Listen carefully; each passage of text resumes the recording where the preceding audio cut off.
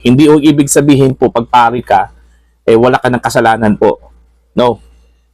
It doesn't follow, ano? Ang pari po ay hindi ho infallible, ano, mga kabida. Magkakasala pa rin yan sila. Kasi tao lang po yan ano? Mga kabida, ano po. Pero kaso lang, since pari po sila, no, dapat pangalagaan po nila yung kanila kung pagiging pari, ano? Kasi po, yun nga, hindi ho maganda ang impression po ng tao kapag ikaw po ay gumagawa ka ng isang bagay na sa tingin po ng tao ay hindi ho akma, okay, sa pagiging pari mo. Alright? Okay lang yun kung sikreto yun, ginagawa ni Father Flabby, kung totoo man po yun, ano, mga kabida. Okay? Pero ang problema lang kasi, nag-viral ano?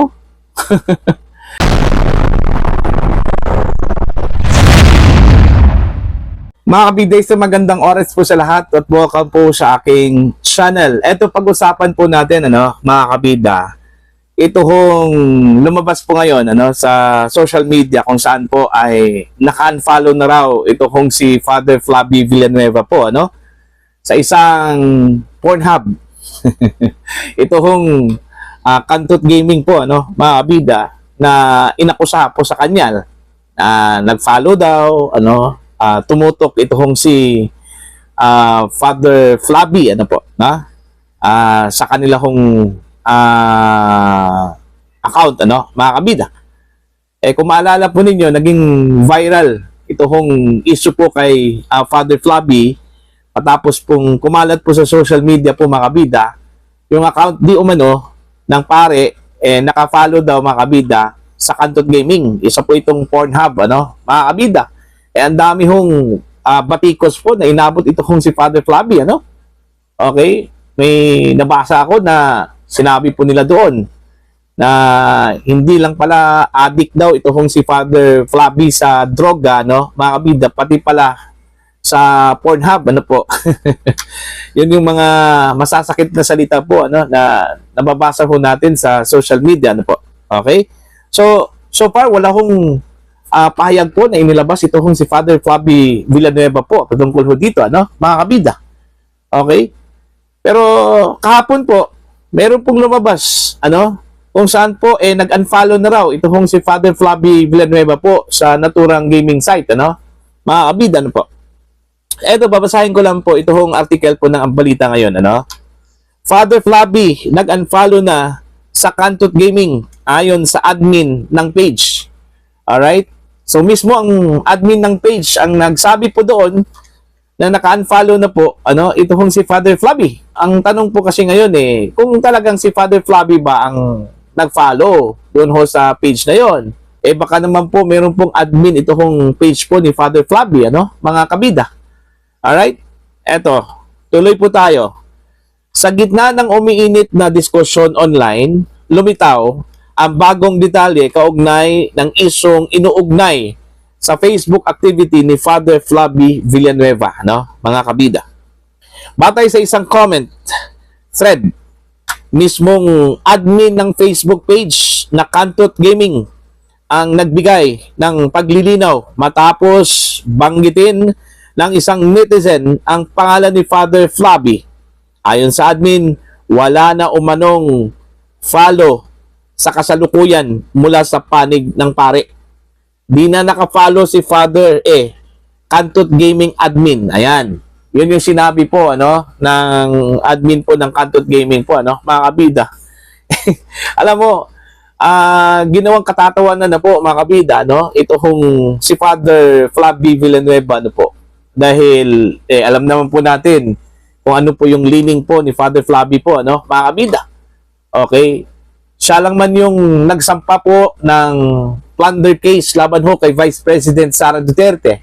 At malinaw naman po yung kanya hong leaning na anti-Duterte po ito, ano, mga kabida, ano po. Okay? Kaya siguro nasilipan po siya, nakitaan po siya ng butas, at ito na, ano, kinapitalize po, mga kabida, ng mga most probably mga Duterte followers, okay, mga DDS, ito hong pagkakataon po para balikan ito hong si Father Flavi Villanueva, ano po, mga kabida. Ang nakapagtataka lang po, ano, wala hong sagot. Hindi ho naglabas po ng reaksyon ito hong si Father Flavi Villanueva patungkol ho dito, ano, mga kabida. Okay? Yun yung malaking tanong eh. I don't know ha, kung hindi ko nakita yung sagot niya, kung meron man pong inilabas na sagot. Pero sa pagkakaalam ko po, ano, at syempre naman panay ho tayong nasa Facebook yung ating attention po, ano, mga kabida. So far wala ho akong nakitang meron pong sagot ito hong si Father Flavi Villanueva patungkol ho dito sa isyong ito, ano, mga kabida. Okay? Ano kaya yung dahilan, ano? Bakit hindi ho nag-respond ito hong si Father Flavi patungkol ho dito, ano, mga kabida? Baka naman po siguro hindi po niya dinignify po, ano, ito hong aligasyong ito, ano, mga kabida. Siguro sa tingin ho niya, cheap po ito, ano? Pero alam nyo, mas maganda po siguro na sagutin ito ni Father Flavi, ano, kung totoo po ito, mga kabida. Ako, hindi po ako direktang mag-akusa ho sa kanya, ano? Hindi po ako mag-judge po sa kanya, ano? Hindi ko siya kilala ano, mga kabida. Okay? Hindi ko kilala yung ugali po niya. Hindi ko kilala kung ano yung kanyang asal po, mga kabida, no? Basta ang pagkakakilala ko lang po sa kanya ay isa po siyang pari. Okay? Isa po siyang pari na nagkumpisal po, mga kabida, during the Senate hearing, ano, na isa po siyang dating lulong sa droga, no, mga kabida, nung hindi pa po siya pari. Okay? Pero it doesn't follow na paglulong ka sa droga, ano, mga kabida, kahit ano-ano na lang po yung ginagawa po, ano, niya, ano, mga kabida, it doesn't follow. Pwede naman po na siguro nung time na yon, lulong na lulong sa droga, nagbago po, mga kabida, okay, nung pumasok po siya bilang pare po, ano, okay. Kaya nga hindi ako pwedeng mag-judge po sa kanya, okay, kung ano po ang pagkatao po niya, ano, mga kabida. Kaya nga mas mainam po na sagutin po ni Father Flavi po ito, ano, para naman po at least man lang, mga kabida, malinawan po at least meron pong paglilinaw po na hindi po siya yung nag-follow. Although page po niya po, mga kabida, no? Okay, yung sinasabi hong nakitang nag-follow po sa Cantot Gaming, pero hindi po ibig sabihin na siya na po yung nag-follow. Malay natin, baka naman po meron po siyang admin, ano, mga kabida, na siyang nag-click po doon, nag-follow po doon, ano, na mahilig din sa ganung klaseng site, ano, mga kabida. Diba? Oh. So, bigyan ko natin siya ng benefit of the doubt. Honestly po, mga kabida, wala naman pong problema po, ano, kung ang isang pari po ay paminsan-minsan po nanonood po ng isang bagay na katulad po ng ganyan, ano, mga kabida. Unang-una po, alam naman po natin na tao lang din yung pare, ano, okay? Hindi o ibig sabihin po pag pari ka, wala ka ng kasalanan po. No. It doesn't follow, ano. Ang pari po ay hindi o infallible, ano, mga kabida. Magkakasala pa rin yan sila. Kasi tao lang po yan ano, mga kabida, ano po. Pero kaso lang, since pari po sila, no, dapat pangalagaan po nila yung kanila kong pagiging pari, ano. Kasi po, yun nga, hindi ho maganda ang impression po ng tao kapag ikaw po ay gumagawa ka ng isang bagay na sa tingin po ng tao ay hindi ho akma, okay, sa pagiging pari mo. Alright? Okay lang yun kung sikreto yun, ginagawa ni Father Flavi, kung totoo man po yun, ano, mga kabida.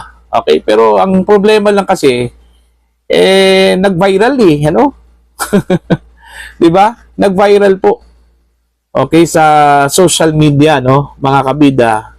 So, gaya ng sinabi ko po kanina, since nag-viral po ito, kailangan po, mga kabida, ng sagot. Okay, reaction mula kay Father Flavi. Para lang po malinawan po tayo, ano, mga kabida, kung totoo bang nag-follow yun siya, no? Yung page na sinasabi ho kay Father Flavi, dapat kumpirmahin niya kung sa kanya ba talaga yun, ano? Kung sa kanya yun, kailangan po niyang linawin po, mga kabida, no? Na hindi po siyang nag-follow Kung mayroon man po siyang admin, yung admin po niyang nag-follow, most probably, yun yung dapat ilabas po ni Father Flabby. Kaso lang po, wala eh. Wala ho siyang imik dito, Wala ho siyang statement na inilabas po. Kaya siguro, patuloy po yung pambabash po ng taong bayan po sa kanya, mga kabida. Alright? Again, para sa akin, hindi ho issue po sa akin yung panunood po niya sa isang porn site, mga kabida. Kasi gaya ng sinabi ko po, tao lang po si Father Flabby, mga kabida, po. Pero dapat, discreet yun. Sikreto yun, Granting, kung totoo man po yung nag-follow siya, dapat hindi po siya nag-follow po doon. Malalaman ng mga followers ng site na yon na nag-follow po itong si Father Flabby. Diba? Doon pa lang, sunog na po itong si Father Flabby, Kung gusto po niya ng ganyan, manunood po siya ng mga bagay na katulad po ng mga porn site na yan, isikreto niya yon, mga kabida. Diba? Naintindihan naman po natin kasi tao lang po yan si Father Flabby po, mga kabida. Kaso lang po, yung reaction kasi, yung impression po sa kanya bilang isang pare, hindi po maganda, mga kabida. Diba? Kaso lang po, wala po siyang reaction dyan, Kinumpirma pa po, ng naturang gaming site na nag-unfollow na po. Okay? So, ang dapat po niya linawin dyan is, una, yung page. Kung sa kanya ba talaga yung page na yon, mga kabida. Okay? Kung sa kanya yon, dapat linawin din niya, na hindi po siya ang humawak po sa page po niya, Meron po siyang admin. Okay? Pangatlo, lilinawin po niya na hindi po siya nag-follow. Most probably, yung admin po niya yung nag-follow, mga kabida, po. Mga ganung bagay po na para lang po, at least, malaman po ng taong bayan, lalong-lalo na po yung mga kritiko po niya, mga kabida, na wala ko siyang masamang ginawa, mga kabida, po. Diba? Ako, sa tingin ko lang po, mga kabida, rest back po ito ng mga taga-suporta po ni Vice President Sara Duterte, Again, isa ho si Father Flabby po, na nagsampa po ng plunder case, kasama ho ito hong si Shelo Magno, laban ho kay Vice President Sara Duterte. Patungkol pa rin yun, mga kabida, sa confidential funds po, ng Vice Presidente po ng Pilipinas. Okay? Pero sa akin, hindi po masyadong binigyan ko ng bigat yung pagtingin ho niya, mga kabida, sa porn site. Personally, Ang binigyan ko ng bigat po, yung pagiging politically attached niya, mga kabida, despite ho sa pagiging pari po niya, alright? Hindi ho siya katulad ng ibang mga pari po na ang ginagawa po, mga kabida, kung hindi man po nila nagustuhan po ang mga ginagawa po ng gobyerno, ng mga nasa gobyerno, idadaan po nila doon ho sa kanilang homily, okay? Yung kanilang pastoral letter doon ho sa mga parishioners po nila, Hindi ho katulad po kay Father Flabby na active masyado, sa politika, mga kabida, po. Yun yung binigyan ko po ng bigat, Hindi po yung pagtingin ho niya ng foresight. Kasi, gaya ng sinabi ko po, mga kabida, ginagawa din yan ng ilang mga nasa simbahan, po, At saka hindi po yan sa krimen. Yung panunood po ng porn site, kahit isang taong simbahan ka po, mga kabida. Diba? Pero hindi ibig sabihin po na porque hindi po krimen, kailangan gawin po yan in public. Okay? Papaalam mo sa publiko na yun yung ginagawa mo. Hindi po akma yun, Ibabash ka talaga ng publiko. Ibabash ka ng mga parishioners mo, mga kabida. Yung pagiging politically active lang talaga niya, yung ang hindi ko gusto, mga kabida, Alright? Okay lang sana yung pagiging politically active kung wala kang kinikilingan. Kaso lang po, may kinikilingan itong si Father Flabby Villanueva, mga kabida. Kung ang drive po niya against corruption, dapat hindi ho selective. Okay? Lahat ng mga sa akala ho niya na may ginagawang corruption, sangkot ho sa corruption po ng mga opisyal po ng gobyerno, dapat inasuhan din niya, mga kabida. Hindi lang po ito hong si Vice President Sara Duterte, po. Halatang halata po, na ang kanila hong target talaga, ito hong si VP Sara. Okay? Pero yung mga nasa kasalukuyang administrasyon, nahayagan po mga kabida at may mga aligasyon laban po sa kanila, okay? Wala ho silang imik, walang kibo, mga kabida. Yun yung medyo hindi ho maganda kay Father Flavi. Parang lumabas po na selective yung kanyang pagsasampa po ng kaso, mga kabida. Okay? Ang target lang po niya at ng kanyang grupo, ito si VP Sara po, Okay? So para po sa inyo, ano po ang inyong opinion at pananaw dito, please comment down. Sa mga hindi pa po subscriber, sa aking channel, please subscribe, just click the subscribe button, click the notification bell, click all para updated po kayong mga kabida sa aking mga uploads. Maraming salamat po.